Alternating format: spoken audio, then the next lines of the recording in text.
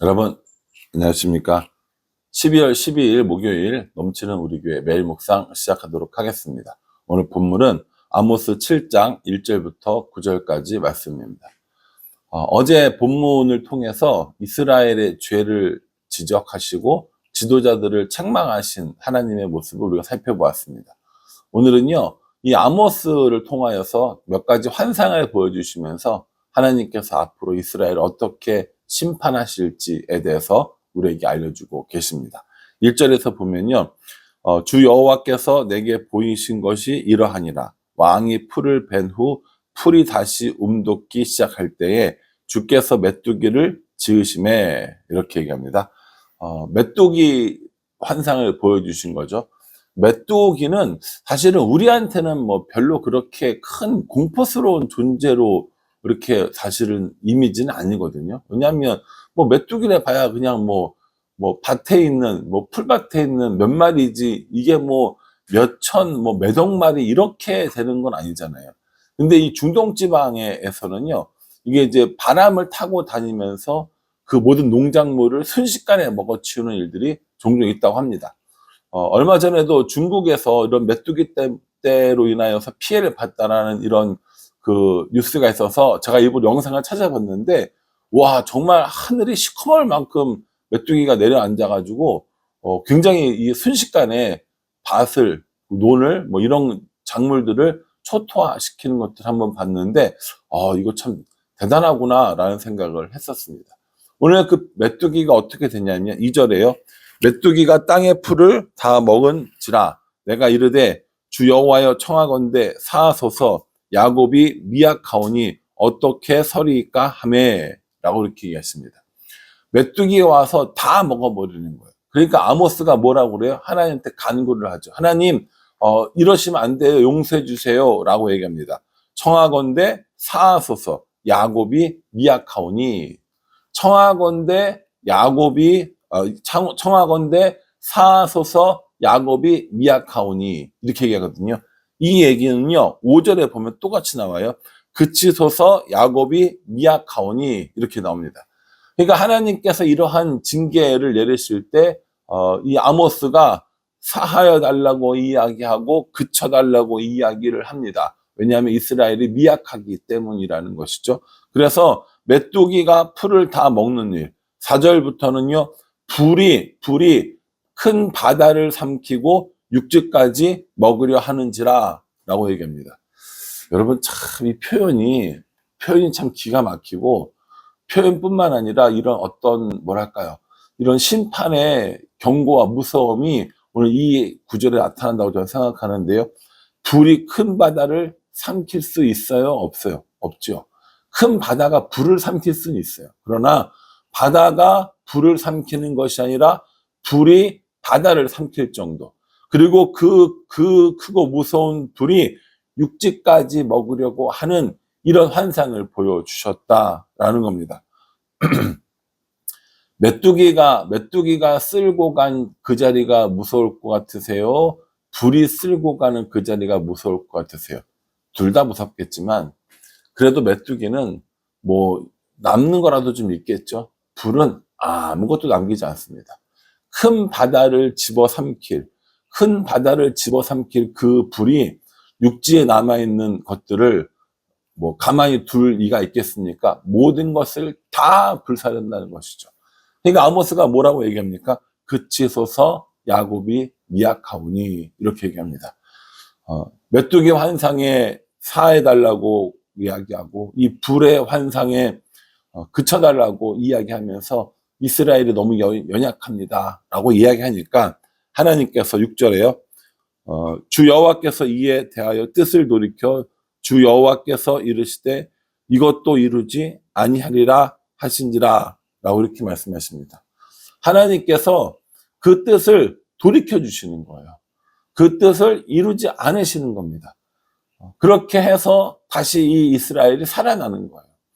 여러분, 이 메뚜기 재앙이나 그리고 이 불의 심판에 하나님께서 그걸 보여주시고 그 아모스가 구하면 다시 돌이키시고 이렇게 하시는데, 한편 생각해 보면 아니 이게 뭐지? 왜 이렇게 하시지? 이렇게 하시면 심판하신다는 말을 하지 말든가. 아니면 뭐 한다고 했으면 하든가. 이렇게 얘기할 수 있거든요. 그런데 그게 아니라고요. 아모스가 구하면 용서해 주는 건 이스라엘 백성들이 하나님께로 돌아오면 용서해 주시겠다는 뜻이에요. 하나님 앞에 그들의 죄를 고하고 하나님 살려주세요. 하나님 우리에게 재앙이 그치게 해주세요. 라고 하면 그치게 해주겠다는 거예요. 그러니까 하나님께서 내리시는 이 메뚜기 재앙이나 불의 심판은요. 결국 하나님께서 이 이스라엘 백성들에게 기회를 주시는 거고 하나님 앞에 돌아오기를 바라는 하나님의 마음이라고 보시면 된다라는 겁니다. 우리도 이렇게 메뚜기 재앙 그리고 불의 재앙 앞에 서 있을 때가 있습니다.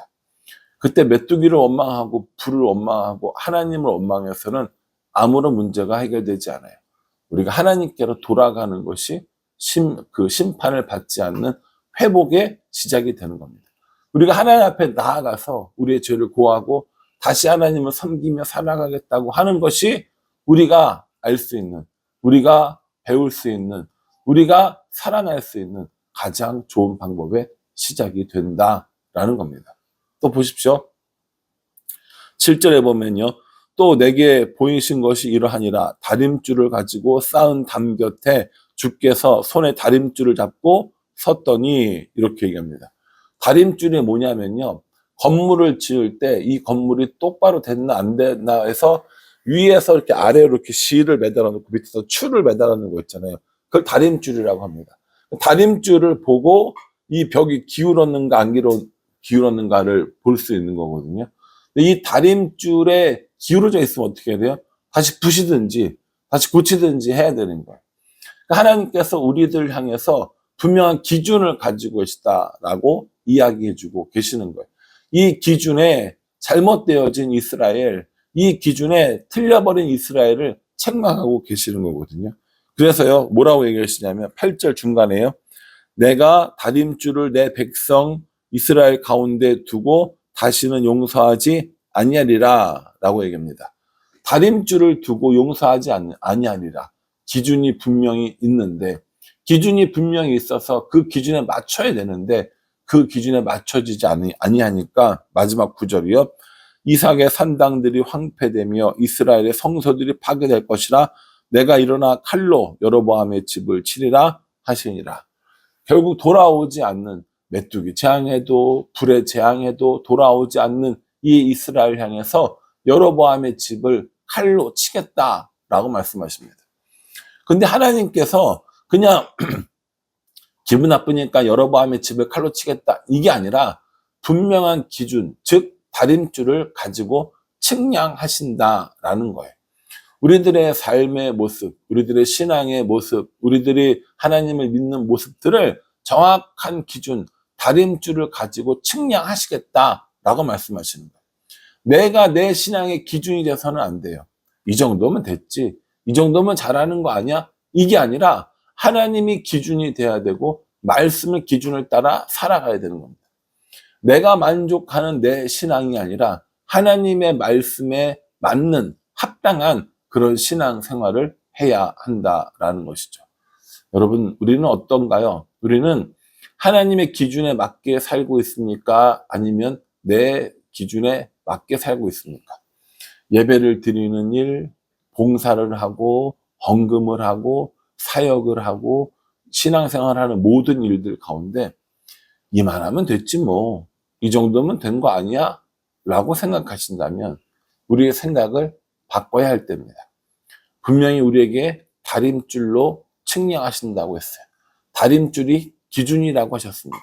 이 기준은 뭘 말하는 거겠어요? 당연히 하나님의 말씀이겠죠. 하나님의 말씀이 하나님의 말씀이 어떠한가를 우리가 깨닫고 하나님 말씀대로 살아가는 인생이 그 다림줄에 맞는 그 기준에 맞는 인생이 되는 거예요. 만약에 그렇지 않다면 우리도 하나님 앞에 올바로 산다고 이야기할 수 없습니다. 분명한 기준을 따라가야 하고 그 분명한 기준으로 살아가야 한다라는 것이죠. 저는 오늘 이 말씀을 묵상하면서 메뚜기 재앙도 용서해 주셨는데 불 재앙도 그쳐주셨는데 이 다림줄은 하나님께서 돌이키시지 않네. 칼로 멸망시키겠다라고 심판을 아예 딱 부러지게 이야기하시네. 이 생각을 했습니다. 그래서 내일 본문도 한번 살펴봤는데 내일 본문에도 그 뒤에 이야기가 나오지는 않아요. 그래서 이거 그러면 여기서 여로보암의 집을 칼로 치리라 라고 하는 말씀이 끝인 거구나 라는 생각을 하면서 메뚜기도 용서해 주셨고 불도 그쳐 주셨는데 이 기준에 맞지 않는 이 이스라엘 사람들에게 결국 심판이 임하게 되는구나 라는 생각을 했어요. 저도 마찬가지입니다. 하나님께서 이렇게 해라, 이렇게 해라, 이렇게 회복하고 이렇게 돌아오고 이렇게 따라야라고 이야기를 하는데 계속되는 그 이야기들이 언제까지 될지는 모른다는 겁니다. 그러나 그 심판이 없지는 않다는 거예요. 그래서 아모스가 내내 하는 말이 뭡니까? 정의와 공의를 구하고 하나님께로 돌아오는 것, 이게 우리들의 해야 될 일이라고 아모스가 이야기하는 것이죠. 아모스는 정의의 선지자라고 이야기했습니다. 아모스를 묵상하고 여러분들에게 이야기를 하다 보니, 또 말씀을 전하다 보니 굉장히 저는 정의로운 사람처럼 이야기하는 게 아닌가라는 생각을 하면서 저도 묵상을 한번 본 적이 있습니다. 저도 매일 묵상 보거든요. 보면 전 되게 정의로운 것 같아요. 정의를 말하고 막 공의를 말하고 전 되게 정의로운 것 같은데 저 정의로운 사람 아닙니다. 공의를 구하는 사람 아닙니다. 메뚜기 재앙과 이 불의 심판 앞에 저도 어쩔 줄 모릅니다. 그런데 분명한 건 그럼에도 불구하고 하나님께 돌아와야 되는 거예요. 하나님께로 돌아오지 않으면 이 일들이 해결이 안 된다는 거예요. 그러니 저와 여러분 모두가 우리에게 심판이 없을 거야.